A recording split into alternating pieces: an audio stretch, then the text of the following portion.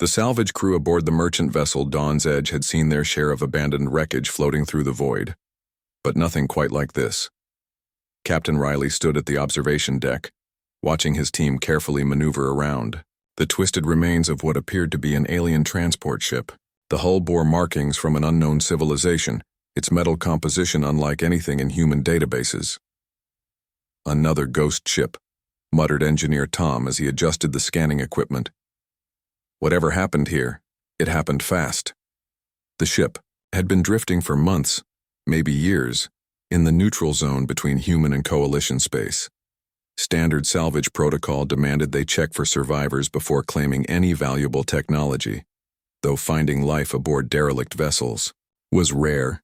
Most crews either escaped in time or didn't escape at all. Navigator Lisa called out from her station. "Captain, I'm picking up a faint biosignature. Sector 7, lower decks." Riley raised an eyebrow. After 3 decades of space salvage, surprises were few and far between. Life support readings? Minimal. Whatever's in there won't last much longer. The captain made his decision quickly. "Suit up. We go in fast and quiet." The airlock hissed as the human crew entered the alien vessel. Emergency lighting cast eerie shadows along corridors designed for beings much larger than humans. The architecture suggested a species that valued functionality over aesthetics, with smooth walls and practical layouts that reminded Riley of old Earth military vessels.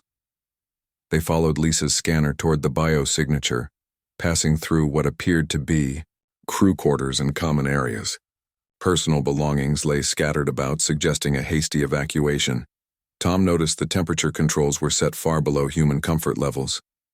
"Here," Lisa whispered, pointing toward a sealed compartment.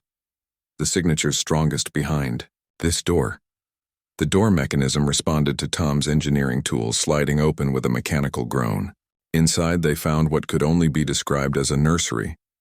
Alien symbols decorated the walls in soft, soothing colors. Small sleeping alcoves lined the room, most empty except for one in the far corner. Curled up in the alcove was a creature no larger than a human child.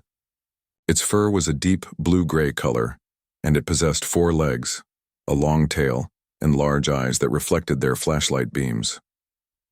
The creature looked up at them with what appeared to be curiosity rather than fear, tilting its head in a manner remarkably similar to a terrestrial puppy. "Well, I'll be," Tom breathed. "It's just a baby." The creature made soft, chirping sounds and attempted to stand, though it appeared weak from prolonged isolation. Its large eyes tracked the human's movements, and despite the obvious species barrier, there was an unmistakable intelligence in its gaze.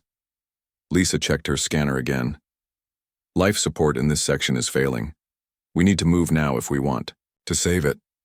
Riley knelt down slowly, extending his hand toward the creature.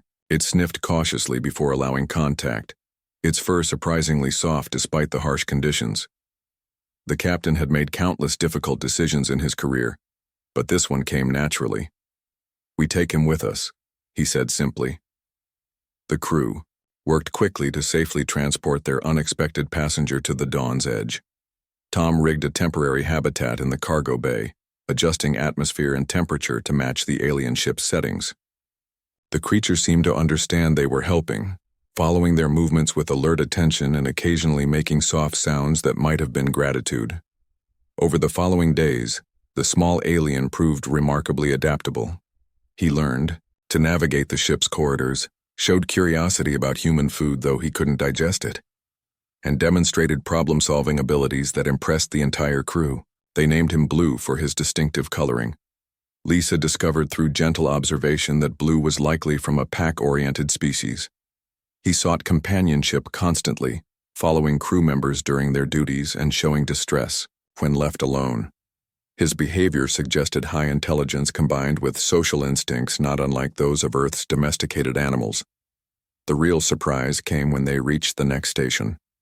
Blue's species, the crew learned, were called the Keth, and they were renowned throughout the galaxy for their loyalty and intelligence.